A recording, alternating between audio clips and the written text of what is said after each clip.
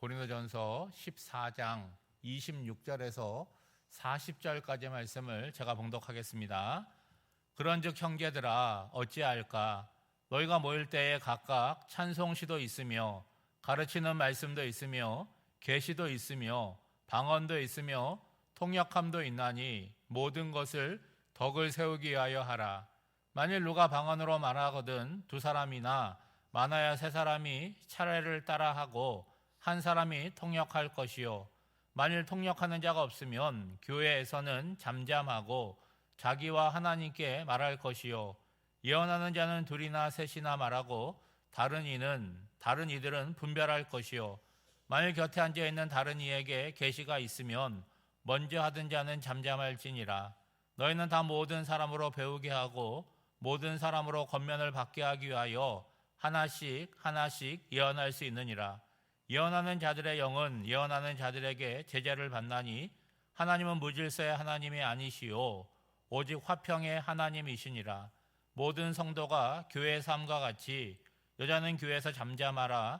그들에게는 말하는 것을 허락함이 없나니 율법에 이른 것 같이 오직 복종할 것이요 만일 무엇을 배우려 하거든 집에서 자기 남편에게 물을지니 여자가 교회에서 말하는 것은 부끄러운 것이라. 하나님의 말씀이 너희로부터 나는 것이냐 또는 너희에게만 임하는 것이냐. 만일 누구든지 자기를 선지자나 혹은 신령한 자로 생각하거든 내가 너에게 편지하는 이 글이 주의 명령인 줄 알라. 만일 누구든지 알지 못하면 그는 알지 못한 자니라. 그런즉 내 형제들아 예언하기를 사모하며 방언 말하기를 금하지 말라. 모든 것을 품위 있게 하고 질서 있게 하라. 아멘. 오늘 본문은 방언과 예언에 대한 교훈의 결론 부분입니다. 여러분 2000년 전 초대교회 예배의 어떤 형식하고 오늘날 우리가 드리는 예배의 어떤 형식들하고는 똑같지는 않을 것입니다. 오늘 말씀해 보면 초대교회 예배에 어떤 형식들이 있는지가 먼저 등장을 하는데 여러분 26절 말씀해 보면 너희가 모일 때에 각각 찬송시도 있으며 가르치는 말씀도 있으며 계시도 있으며 방언도 있으며 통역함도 있나니 모든 것을 덕을 위하여 하라 라고 얘기하고 있습니다. 여러분 예배의 형식이 시대마다 조금씩 다르기는 한데 빠뜨릴 수 없는 요소가 있잖아요. 그건 뭐겠습니까? 기도와 말씀이라고 하는 거예요. 여러분 고린도 교회 예배에도 뭐가 있었어요? 찬송이 있었고 가르치는 말씀이 있었습니다. 그리고 방언도 있었고 또 계시도 있었고 그걸 통역하는 것도 있었다는 거예요. 여러분 이 모든 것이 제대로만 행하여진다면 예배에 성령의 은사가 나타나고 은혜가 넘치게 될 것입니다.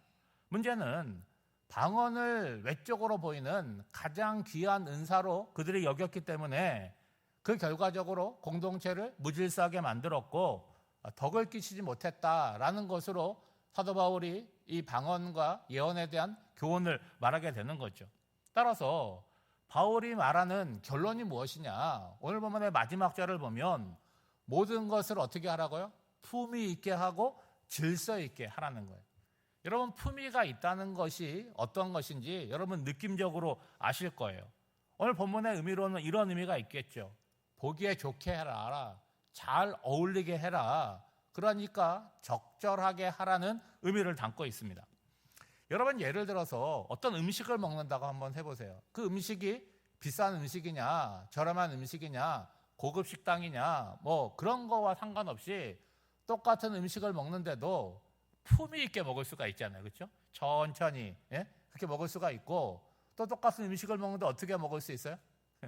개걸스럽게 먹을 수 있잖아요. 그건 누구한테 달려있는 것입니까? 나한테 달려있는 거잖아요. 그 음식에 문제가 있는 것이 아니라 먹는 나한테 달려있는 거예요. 여러분 나 혼자 먹을 때야 어떻게 먹든지 무슨 상관이 있겠습니까? 손으로 먹든지 뭐 상관이 없는데 누군가와 함께 먹는다라고 한다면 그 사람을 의식함이 필요하다는 거죠. 여러분 예배를 드리는 것도 마찬가지입니다. 예배를 누구한테 드리는 것입니까? 하나님께 드리는 거잖아요. 그러니까 내가 이런 은사를 받았다 그거를 드러내고 자랑하는 자리가 아니라는 거죠. 그러니까 내가 하나님 앞에 서 있고 하나님께 이 예배를 드리고 있다라고 의식한다면 그 예배 가운데 뭐가 나타나겠어요? 품위가 나타날 수 있게 된다는 것입니다. 또 하나는 질서 있게 하라고 권면하는 거죠. 여러분, 질서가 없는 상태가 뭡니까? 무질서한 거잖아요. 여러분, 질서 있게 하려면 나 주도적인 것이 아니라 상대방, 공동체를 의식함으로 시작이 되는 거잖아요. 여러분, 질서가 깨지게 되면 나도 피해를 입고 공동체가 함께 피해를 입는 거죠. 여러분, 질서 있게 하려면 공동체나 사회가 만들어 놓은 어떤 규칙과 질서들이 있잖아요. 그것들을 기억하고 그것을 잘 지키는 거죠. 여러분, 결국 품위 있게 하고 질서 있게 하라. 뭐가 먼저겠습니까? 질서가 먼저잖아요. 질서가 지켜지지 않으면 거기에 품위가 나타날 수 없습니다. 예를 들면 공적인 회의를 한다고 한번 생각해 보세요. 내 의견이 있고 내 주장이 있을 수 있죠. 근데 회의라고 하는 것은 규칙이 있습니다. 회의를 진행하는 자를 의장이라고 하는데 의장한테 손을 들고 허락을 받고 자기의 발언을 해야 되는 거예요. 근데 내가 하고 싶은 말이 있다고 막 하고, 여러분 국회의원들 뭐 하는 거 보면 그렇잖아요. 말을 하는데 막 거기다가 자기 주장을 하고 말을 끊고 하니까 어때요? 자기 말도 못하고 발언권을 얻은 사람이 말도 못하고 회의가 무질서하고 엉망이 되는 거죠. 바울은 품위 있고 질서 있는 예배를 위해서 구체적인 가르침을 주고 있습니다. 여러분, 27절에 보면 만일 누가 방언으로 말하거든, 이게 공적인 예배 가운데를 얘기하는 겁니다. 말하거든 두 사람이나 많아야 세 사람이 차례를 따라하고 한 사람은 통역할 것이요. 자, 방언을 하는데 방언하는 사람이 한 사람이 아니라 여러 명이라고 할 때 왜 문제가 생기느냐? 순서와 차례를 지키지 않았기 때문이라는 거죠. 여러분, 우리도 말을 하게 되면 누군가는 들어줘야 되는데 내가 말하는데 앞에 있는 사람도 같이 말하면 둘이 말을 할 뿐이지 듣는 사람은 제대로 들을 수가 없다는 거죠. 그러니까 이제부터 어떻게 하라는 거예요? 순서를 정하고 너 1번, 너 2번 차례를 따라서 하라는 거예요. 그리고 반드시 한 사람은 뭐 하라는 거예요? 그 방언이 어떤 의미가 있는지 통역하는 사람이 있어야 된다라고 말하고 있습니다. 여러분, 우리가 대중교통수단을 이용해요. 버스를 타고 지하철을 탑니다. 그러면은 타는 사람이 여러 명 있으면 먼저 온 사람이 앞에 줄을 서고 뒤에 온 사람이 차례로 줄을 서는 거예요. 그게 뭐예요? 공정하고 가장 빨리 탑승하는 방법입니다. 근데 아무렇게나 서 있다가 차가 오게 되면 막 달려서 타면 어떻게 되겠습니까? 사고가 날 수도 있고 더 느리게 탈 수밖에 없는 거죠. 여러분, 첫 번째 원칙이 뭡니까? 차례대로 하라, 순서대로 하라, 통역을 세워라 라고 하는 거죠. 여러분, 차례대로 하는 것 이제부터 하면 되는 거 아니겠습니까? 근데 두 번째, 통역을 세워야 되는데 통역할 은사가 있는 사람이 없다면 어떻게 해야 되느냐? 그 문제가 생기겠죠. 여러분, 28절에 보면 만일 통역하는 자가 없다면 교회에서는 잠잠하고 자기와 하나님께 말할 것이요. 자, 방언을 통역해 줄 사람이 없다면 뭐 하라는 거예요? 공동체가 모였을 때는 하지 말라는 거예요. 뭐 어디서 하라는 거예요? 집에 가서 너 혼자 하나님과 너 사이에서만 하라. 그렇게 권면하고 있습니다. 왜 그럴까요? 소통이 안 되기 때문에 그렇다는 거예요.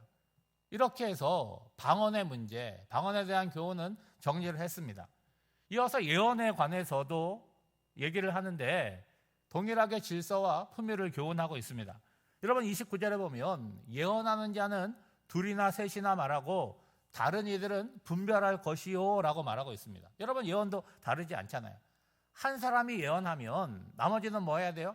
그 예언하고 있는 바를 들어야 된다는 거예요. 나도 예언하고 너도 예언하고 그거는 아니라는 거죠. 그러다가 어떤 사람에게 하나님의 계시가 임하면 예언하는 사람이 멈추고 그 순서를 멈추고 새롭게 계시가 임한 사람이 먼저 예언할 수 있도록 하라는 거죠.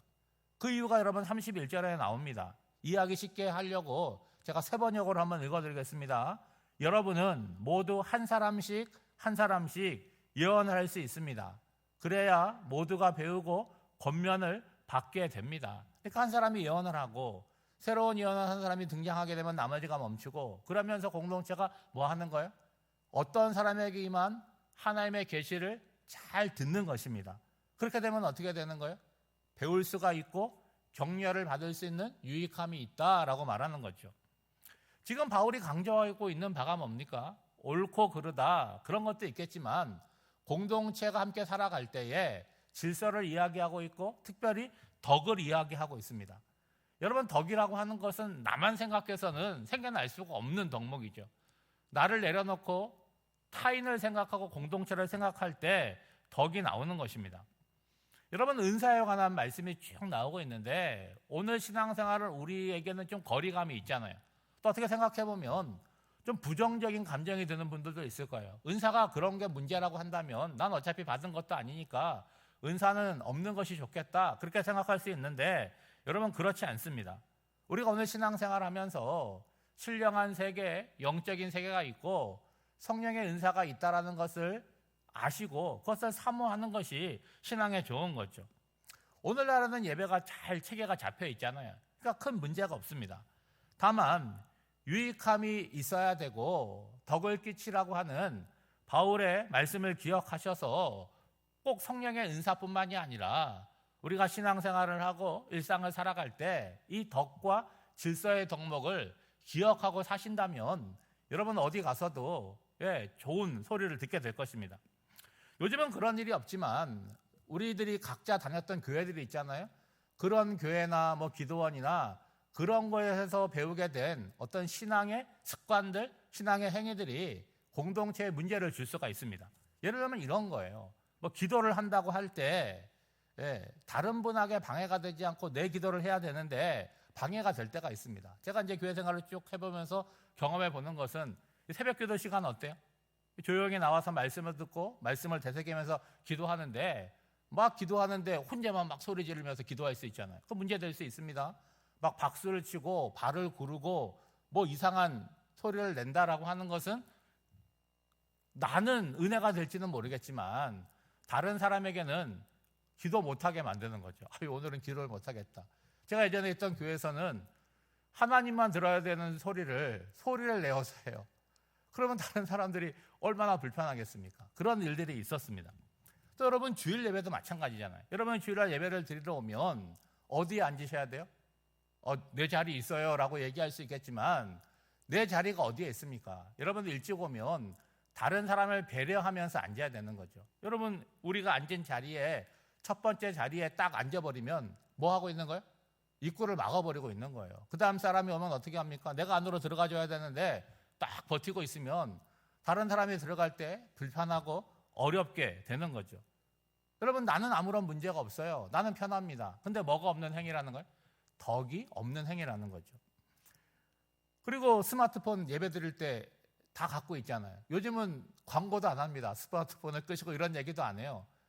여러분, 새벽 기도 왔는데도 막 카톡이 오고 알람이 오고 그렇게 하지 않습니까? 그럴 수 있죠. 실수할 수 있습니다. 의식하지 못한 사이 할 수 있지만 그것이 매번 반복된다라고 한다면 뭐가 없는 거예요? 하나님을 의식함이 없고 공동체를 의식함이 없는 거죠.